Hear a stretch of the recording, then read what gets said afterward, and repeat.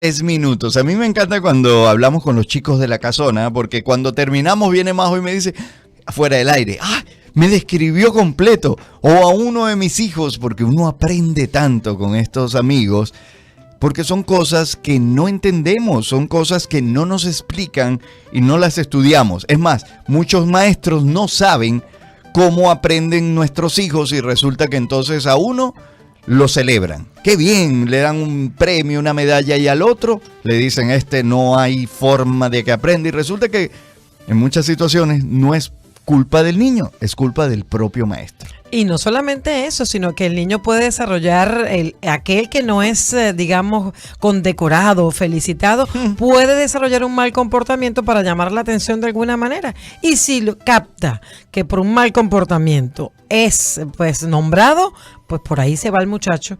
Y resulta que es que no sabemos, es falta de información. Por eso tenemos acá a Rubén de la Casona, quien viene a darnos información con muchísimo contenido donde usted debe prestar atención y tomar nota. Yo tomo nota cada miércoles con Rubén. Porque es la única forma de poder nosotros ayudar a nuestros hijos, es aprender a entenderlos y saber cómo funcionan. Rubén, bienvenido, buenos días, ¿cómo estás? ¿Qué tal? Muy buenos días, Majo, Gonza y a toda la audiencia también.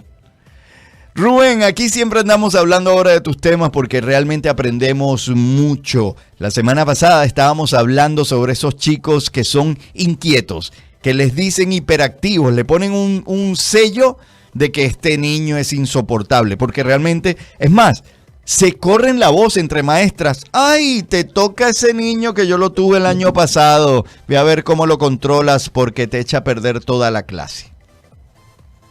Exactamente. Como lo decís, en el programa anterior habíamos visto de que hay 3 formas de aprender que nosotros tomamos en cuenta: visual, auditivo y kinestésico, que realmente se produce una presencia de una de ellas que sobresale por las otras 2 entre los 7 años y los 19, y que también necesitamos y podemos ayudar a los chicos porque el crecimiento social y emocional se puede realizar a través de los 3 años.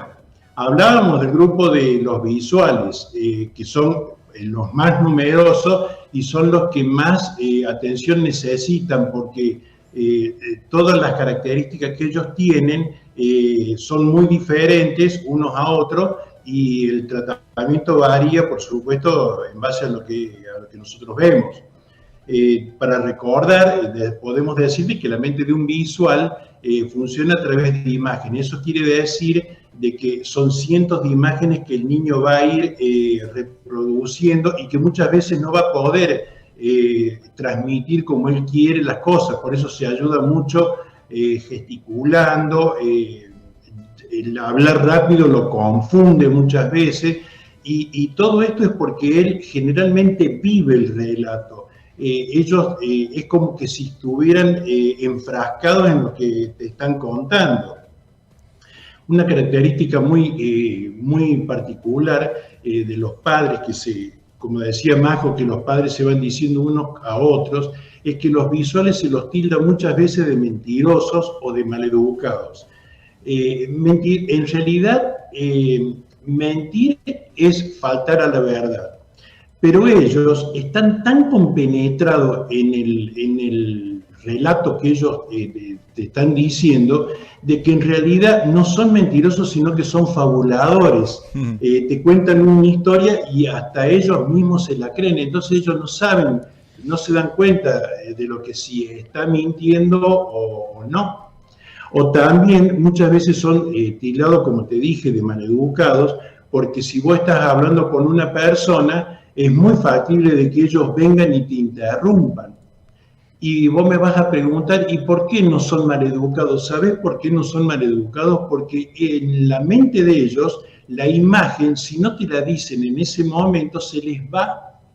Y muchas veces puede que ocurra que vos le digas, o sea, sigas la conversación con tu amigo o con tu otro papá, y luego le preguntes, ¿qué querías, Manuel? ¿Qué querías, Manuel? ¿Qué me querías decir? No me acuerdo, se me fue. Y es cierto, es tal cual como te lo estoy diciendo, se les va la idea y se pierden. O sea, se les va la idea, se les nubla y porque ya están con otra imagen que te quieren seguir hablando.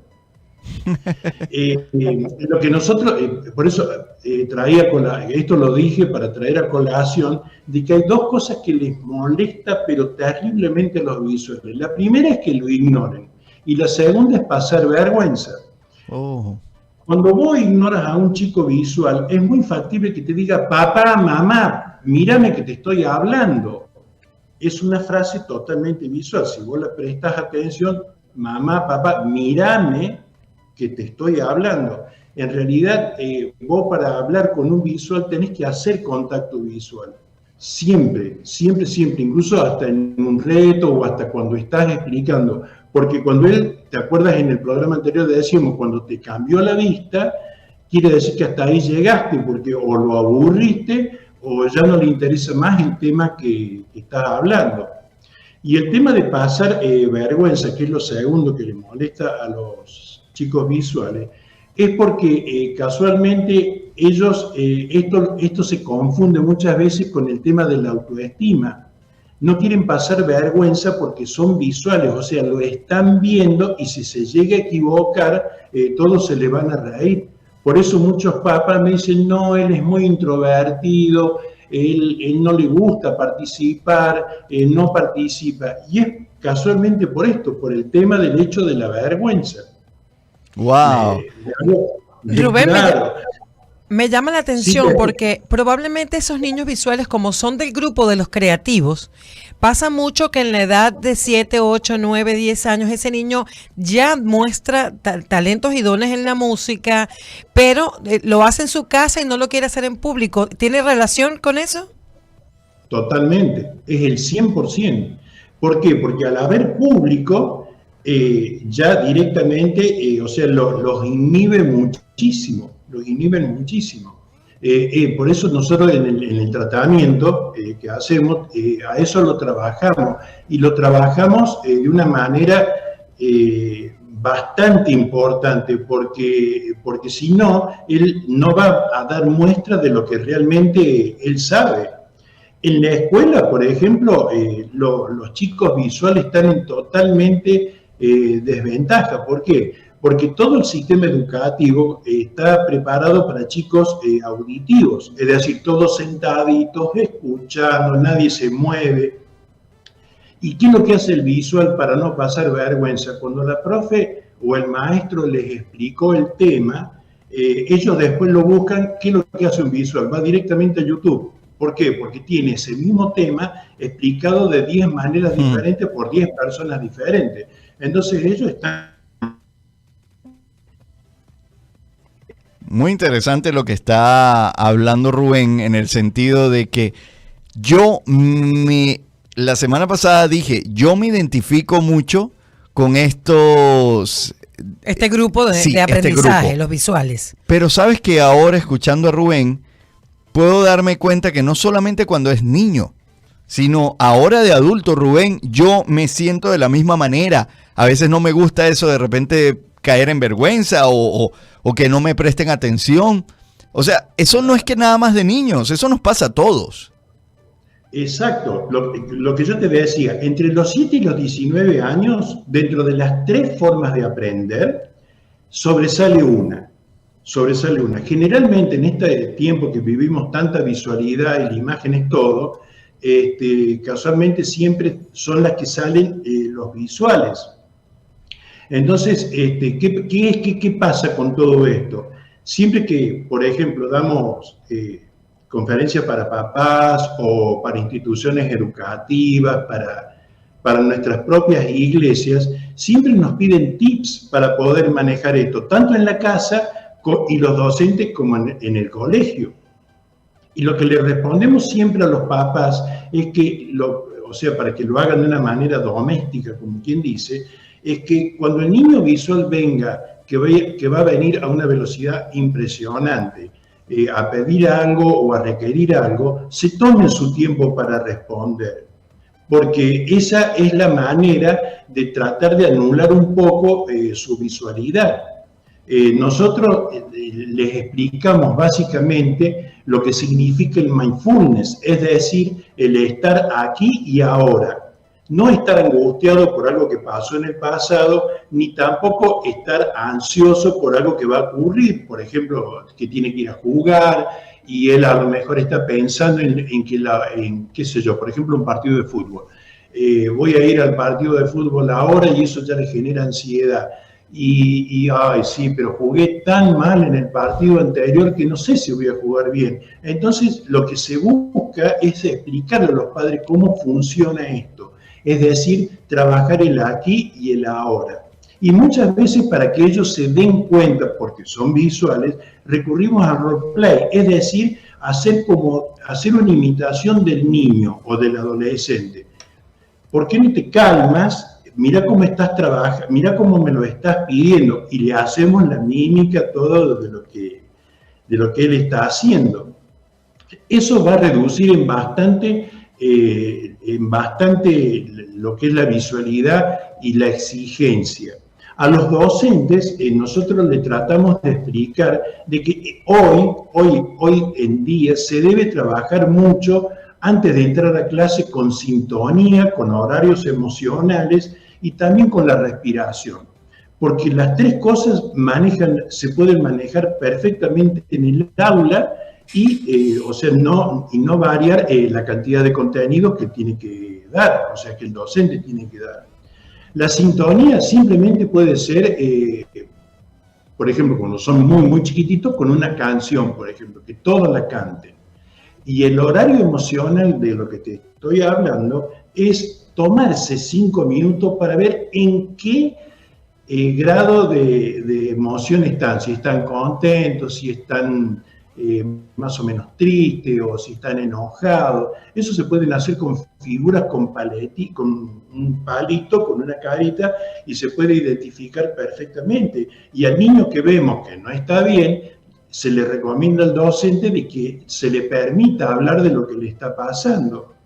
Y eso lo va a ayudar muchísimo. ¿Por qué? Porque es como una olla a presión. Al poder expresarse, lo va a ayudar re bien. Y también se pueden hacer ejercicios respiratorios jugando, porque el juego, acuérdense que el juego es la llave para el aprendizaje. Si nosotros trabajamos con juego, tanto con niños como con adolescentes, pero de otra manera, por supuesto, eso nos va a permitir poder enseñarles con una tranquilidad, y él va a poder aprender y asimilar los conceptos. Esos son los principales tips que nosotros le damos a papá y a mamá y a los docentes. Rubén, pudiese decir ya para estos minutos que nos quedan para cerrar el segmento, ya vieron por qué me gusta el segmento, ¿no? Yo aquí estoy tomando nota escuchando a Rubén. Pudiese decirse que este grupo de niños, ¿verdad? Que serán adultos en algún momento, este grupo de niños visuales, que es la mayoría, son niños que hay que trabajarlos desde el ser y hay que dedicarles un poco más de tiempo al resto de las inteligencias, digamos, de las formas de aprender. Exactamente porque si vos analizas el auditivo es una persona que está esperando recibir un mensaje. En cambio, y el kinestésico, por ejemplo, que es una persona que yo te explicaba que ellos aprenden con emociones, o sea, las emociones es el aceite fundamental para el aprendizaje. Ninguno de los dos requiere de una inmediatez. En cambio, el visual, cuando se le vino algo a la cabeza, vos vas a ver que te cambia de idea de un momento a otro. Entonces, por eso son muy difíciles de manejar. Como decía Gonzalo, son chicos que son rapidísimos y a lo mejor ellos terminan mucho antes que los demás, que el auditivo y que el kinestésico. Entonces, ¿qué va a hacer? Y se va a dedicar a ser sociales. Te das cuenta, preguntarle a fulanito cómo le fue, se le cae la goma a uno, la va a ir a buscar y se la va a levantar, va a ir a ver cómo está el del fondo, y es un chico que molesta. Entonces, otro tips que le damos a los profes o a los seños de primario es que lleven tareas extras, que lleven fichas de trabajo extra. Entonces siempre lo van a tener, como quien dice, quietos y no va a entorpecer el desarrollo de la clase. Lo ideal es que, ya lo vamos a hablar mucho más adelante, que cada clase, cada docente lo prepare con elementos para visuales, para auditivo y para kinestésico. Esto va a simplificar muchísimo para ella de tener 40 chicos, que son 40 potenciales problemas en el aula, a reducir a un grupo de 3. Es diferente dar clase individual que dar a grupos. ¿Entienden? Si tiene elementos que atraigan, van a tener una clase magistral. ¿Por qué? Porque el docente va a lograr lo que siempre quiere, que es la atención plena y la escucha activa. Entonces, para mí, el resumen sería mantenerlos ocupados, tenerle, por supuesto, que esa paciencia, conociendo cómo ellos se comportan, por qué se comportan de esa manera, pero hay que motivarlos además. Justamente, Majo decía la semana pasada, estos son los más creativos, ¿no? Entonces tenemos que trabajar de la misma manera con creatividad para mantenerle esa creatividad activa para que entonces queden como que envueltos en su fantasía y no se vayan a molestar a otros como tú estabas comentando. Claro. Es tan importante lo que dijiste, Gonzalo, porque lo que hoy tiende el sistema educativo es a aplacarlos. ¿Te das cuenta? Aplacarlos con retos, aplacarlos con penitencias, aplacarlos de cualquier forma. La creatividad no se puede frenar de ninguna manera en ninguno de los 3 grupos. Por eso es tan importante la planificación, la capacitación de los... Pueden conseguir toda la información sobre este centro de tratamiento, consultoría e investigación